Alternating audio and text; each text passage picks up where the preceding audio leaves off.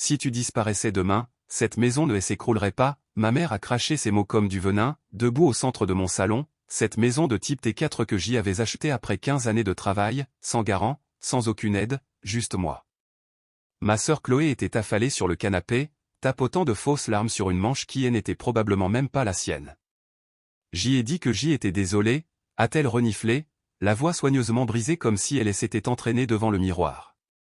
Mon père fixait le tapis comme s'il allait l'étudier pour y trouver des indices.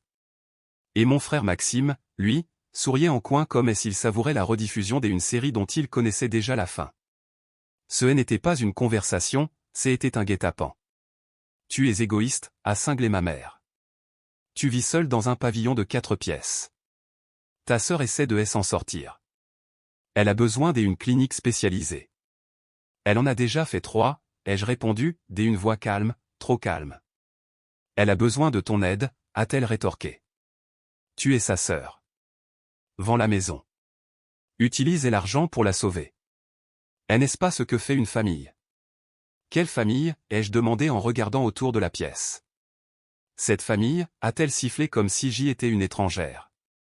Celle qui t'ai à élever, qui t'ai à tout donner. Tout donner? Vous voulez dire le babysitting, les hurlements, les années que j'y ai passées à être la seule adulte dans une maison remplie de grands enfants? Maxime s'est adossé à sa chaise, les bras croisés, appréciant le spectacle. Allez, Camille. Sois l'héroïne que tu as toujours voulu être. Je m'appelle Camille Laurent, et dès où que vous regardiez ceci, restez avec moi, car parfois, pour trouver la paix, il faut d'abord disparaître. Cette nuit-là, j'y ai préparé un seul sac, mon passeport, mon acte de naissance, et une petite enveloppe des économies dont personne ne connaissait l'existence. J'y ai formaté mon ordinateur portable, désactivé toutes mes cartes, et fait faire une redirection de mon courrier par la poste vers une boîte postale à laquelle personne n'avait accès. J'y ai retiré chaque photo de moi, effacé la moindre trace de ma présence dans cette maison, et juste avant de franchir la porte, j'y ai posé une clé unique sur le comptoir de la cuisine américaine.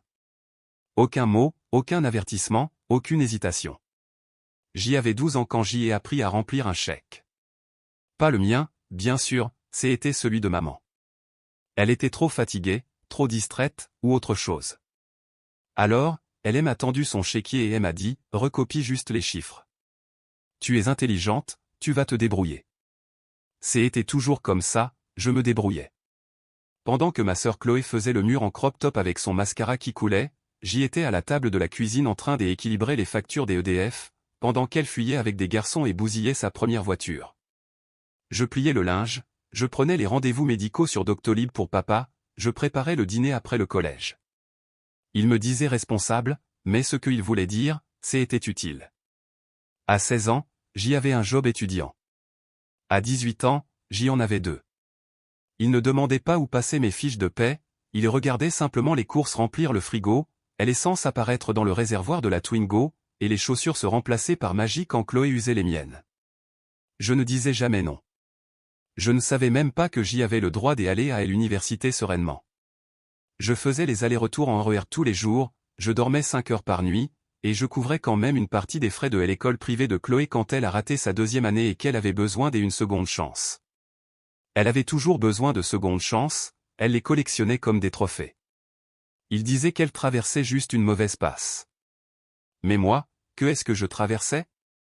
Ça n'avait pas d'importance, personne ne demandait. J'y ai obtenu mon premier vrai CDI à 23 ans, en tant qu'assistante marketing dans une agence de communication parisienne de taille moyenne. Des horaires impossibles, un salaire bas, mais je travaillais. J'y ai mérité chaque promotion, je me suis battu pour chaque augmentation.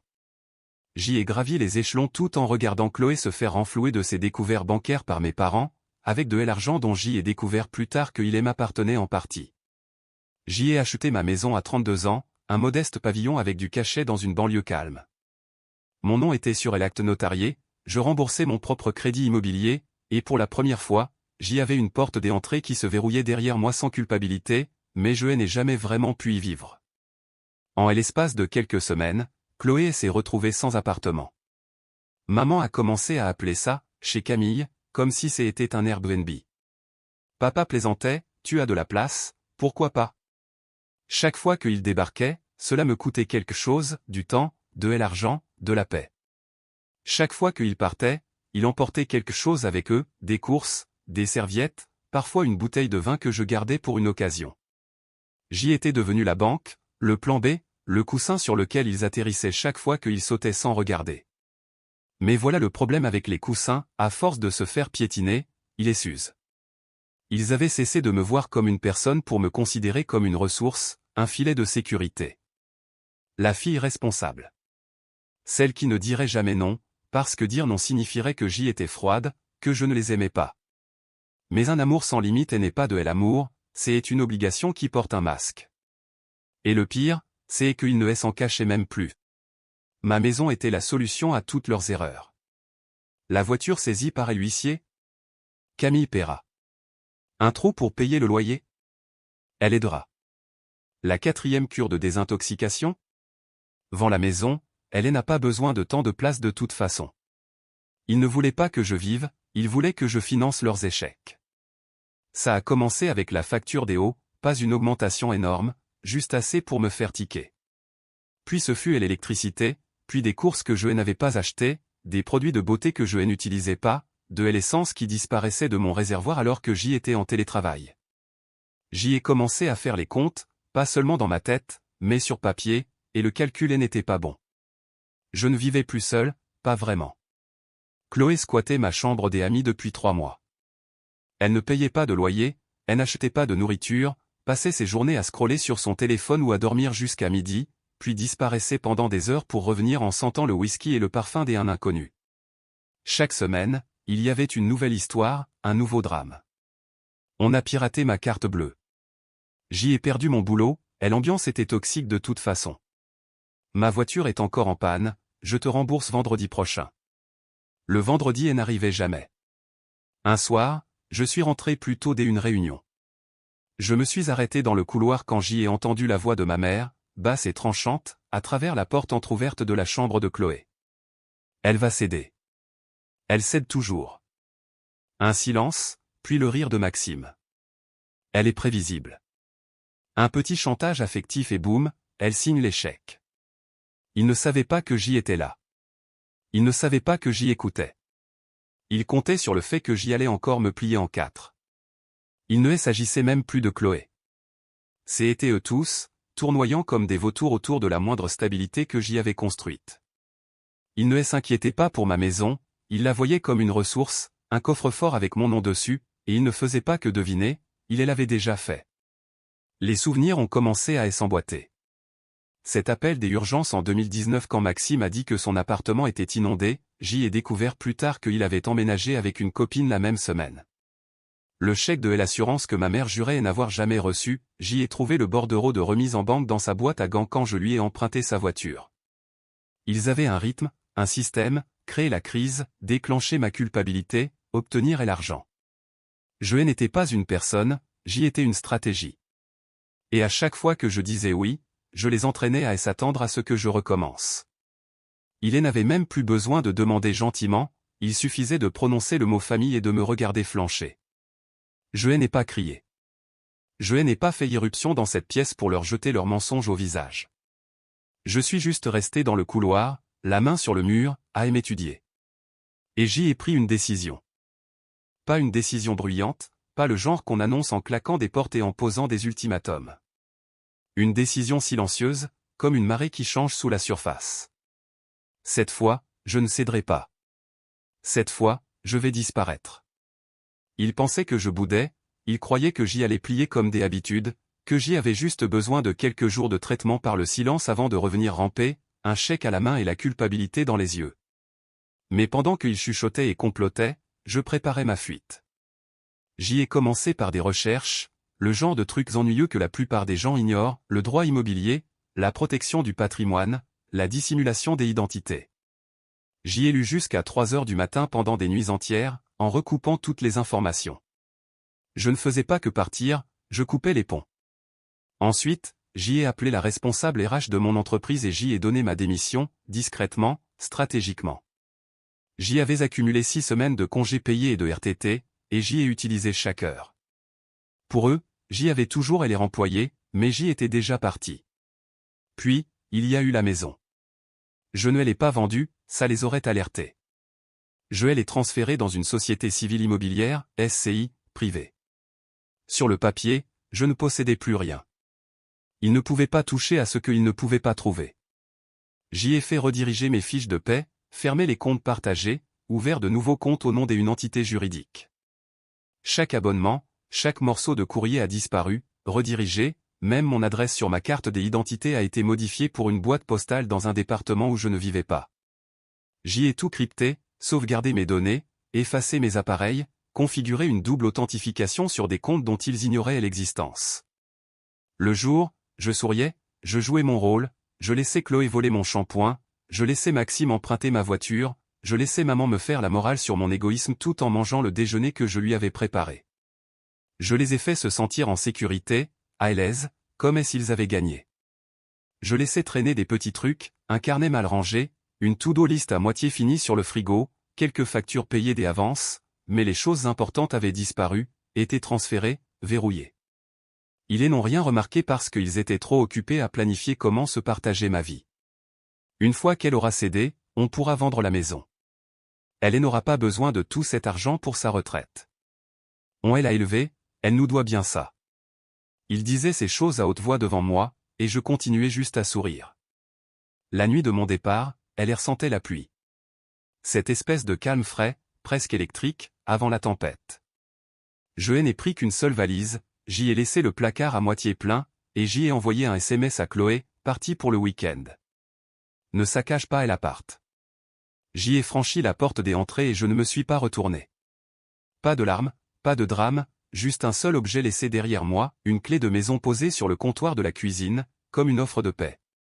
Mais ça ne l'était pas. Cette clé n'ouvrait pas une porte, elle déclenchait leur chute. Il leur a fallu 2 jours pour remarquer mon absence. Le 3e jour, Chloé a essayé d'organiser une soirée chez moi. Elle est entrée comme si la maison lui appartenait, s'imaginant probablement qu'elle aurait des semaines devant elle avant que je revienne en rampant. Mais la box Wi-Fi était coupée, l'électricité suspendue, le frigo vide, les placards déserts. Elle a appelé maman, maman a appelé Maxime, Maxime a conduit jusqu'ici. Il a utilisé son double des clés, ça n'a pas marché. Les serrures avaient été changées. Pas illégalement. Pas en secret. Légalement, par la SCI qui était désormais propriétaire de la maison.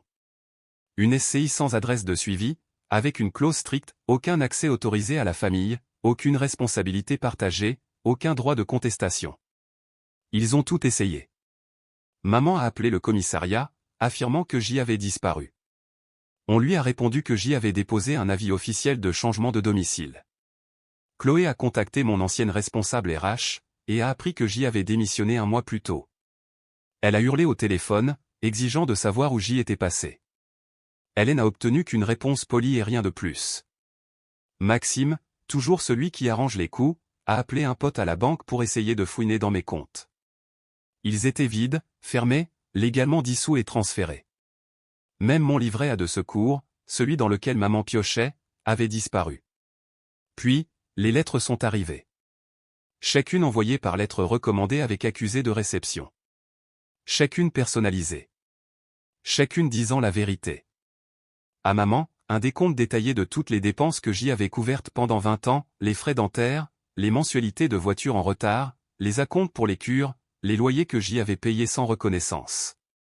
À Maxime, des captures des écrans de ses SMS me demandant de l'argent, prétendant qu'il s'agissait des urgences alors qu'il passait des vacances à Marrakech. À Chloé, une liste de ses entretiens des embauches ratées, de ses fausses excuses, et des 3 iPads qu'elle prétendait s'être fait voler mais qu'elle avait en réalité revendus. Était également joint un chèque annulé du plan d'épargne pour lequel il m'avait fait culpabiliser afin que j'y contribue, fonds que j'y avais rapatrié vers ma structure juridique avant mon départ. Je ne les ai pas menacés. Je n'ai ni crié ni accusé.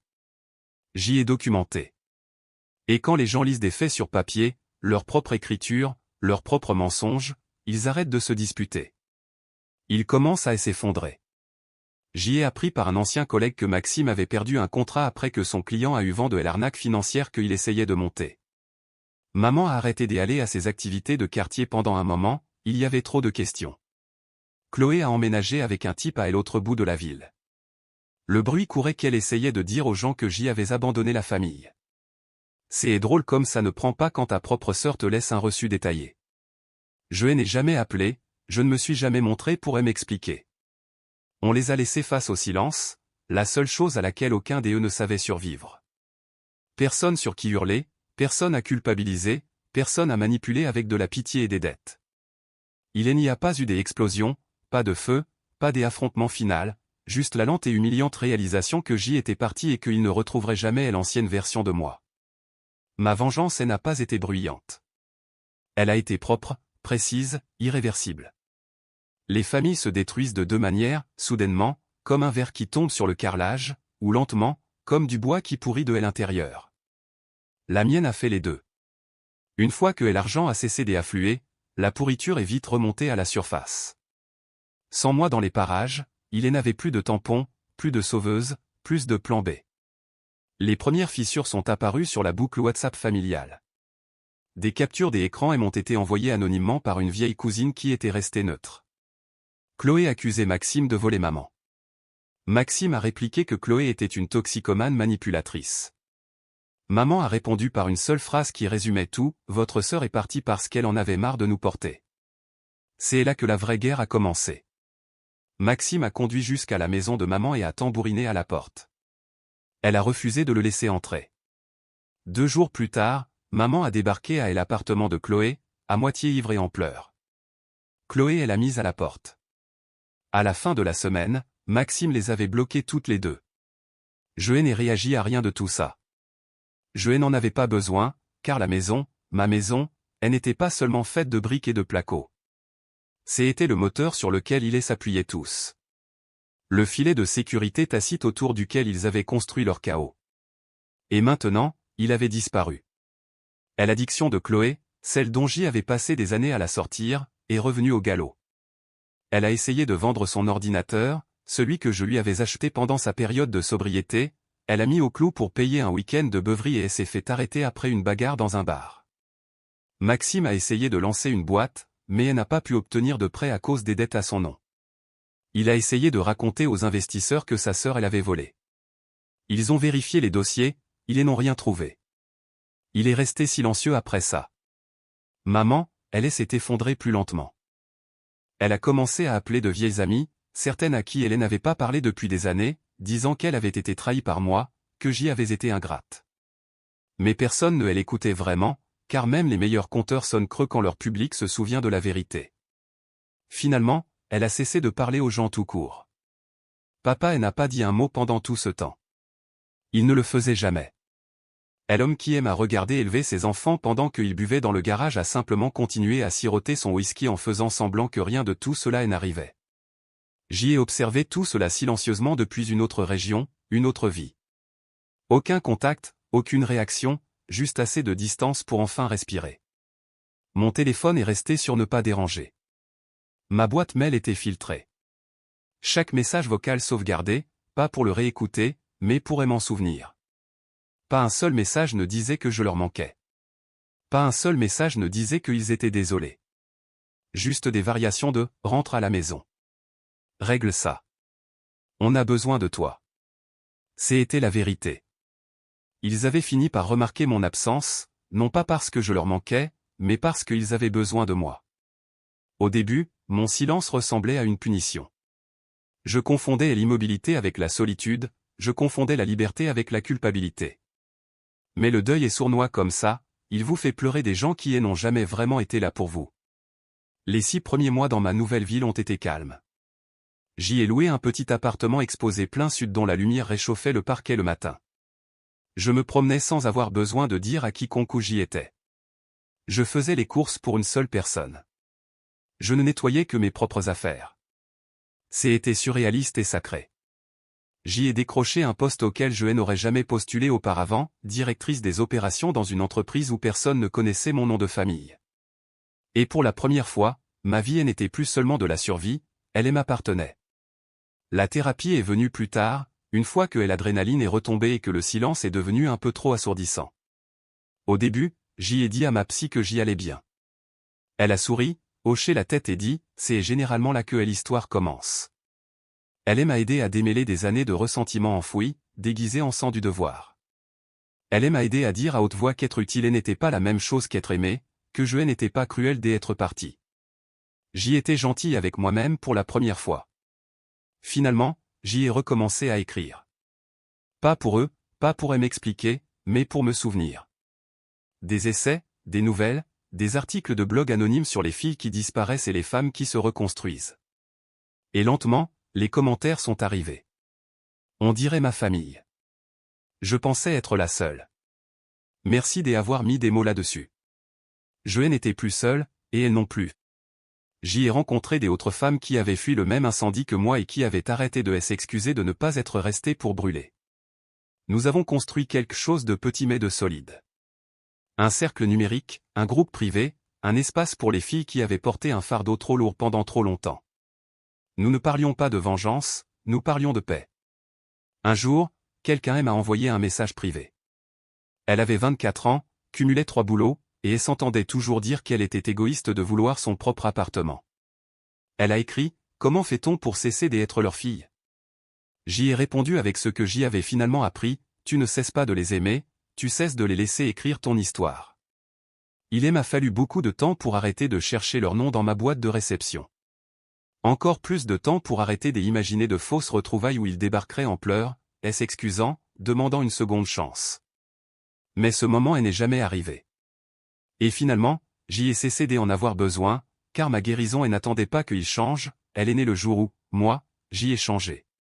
J'y ai gardé ma nouvelle adresse secrète, j'y ai arrêté d'expliquer où j'y étais parti, j'y ai arrêté de répondre aux messages qui commençaient par me faire culpabiliser.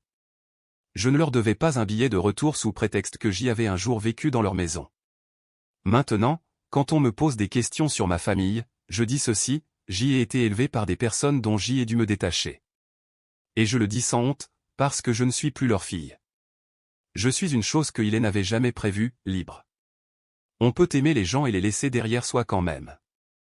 1 an plus tard, je suis passé devant mon ancienne maison.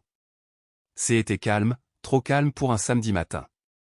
Les volets étaient délavés maintenant, et le panneau à vendre devant la maison penchait légèrement sous le vent des hivers. Pas de ballon, pas de paillasson de bienvenue, personne à l'intérieur. On aurait dit un endroit qui avait été abandonné, puis rempli de chaos, et de nouveau abandonné. Je me suis arrêté de l'autre côté de la rue, un café à la main, mon manteau serré contre le froid. Une part de moi s'attendait à ce que ce moment me frappe comme une vague, des regrets, peut-être de la tristesse, mais tout ce que j'y ai ressenti, c'est du calme.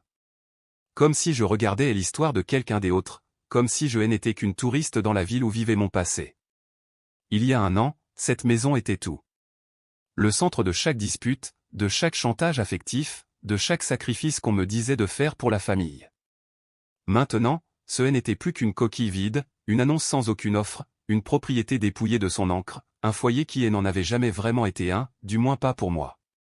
J'y ai appris plus tard par une ancienne voisine qu'ils avaient tous déménagé séparément. Maxime le premier, après que la dispute avec maman est tournée à l'affrontement physique.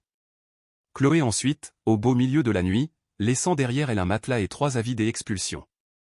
Maman a essayé de rester, mais sans soutien financier, le crédit immobilier l'a noyé. Elle a arrêté de répondre à la porte. Finalement, elle a arrêté de répondre tout court. Ils ne se sont jamais reconstruits. Ils ne se sont jamais excusés. Ils ne sont jamais venus me chercher. Et c'est la partie qui, selon tout le monde, devrait faire mal, mais ce n'est pas le cas, car ce qu'ils ont perdu, ce n'était pas seulement moi. Ils ont perdu la seule personne qui les maintenait entiers. Il y a des photos de moi dans cette maison, et des albums photos fourrés quelque part sous les escaliers. Probablement des photos de gâteaux des anniversaires que j'y ai payés, de cadeaux que j'y ai emballés, des visages auxquels je souriais pendant que je me brisais de l'intérieur. Mais les souvenirs ne sont que des échos si personne d'autre ne veut les garder en vie, et j'y avais déjà enterré les miens. Je suis resté là encore un moment, j'y ai laissé le vent emporter le silence, puis je me suis retourné, j'y ai marché vers ma voiture et j'y ai conduit jusqu'à chez moi, dans cette ville où personne ne me traite d'égoïste parce que je suis en paix, où personne ne me demande de m'immoler par le feu juste pour les garder au chaud. Je ne suis plus en colère, je n'ai pas besoin qu'ils comprennent. Je n'ai pas besoin d'entendre la conclusion de leur bouche, car j'y ai construit la mienne. Elle ressemble à la lumière du matin sur un parquet propre, à des rires qui ne sont pas forcés, à un amour de soi sans excuse. Quand je suis parti cette nuit-là, il y a 1 an, Je n'ai pas laissé de mots, je n'ai pas fait de scène. J'y ai laissé une seule chose, une clé. Ils l'ont tenu comme un symbole de victoire, ils pensaient que cela signifiait que j'y allais revenir. Ils ne réalisaient pas que c'était la dernière part de moi qu'ils verraient jamais. Je n'ai pas seulement quitté la maison, j'y ai quitté la version de moi qui croyait que l'amour devait faire mal. J'y ai quitté la fille qui donnait encore et encore, en espérant qu'un jour ce serait suffisant. J'y ai quitté le fantôme dont ils se nourrissaient. Ils pensaient que j'y étais leur fondation, mais quand je suis parti, ils ont découvert que j'y étais la seule chose qui empêchait tout de s'effondrer.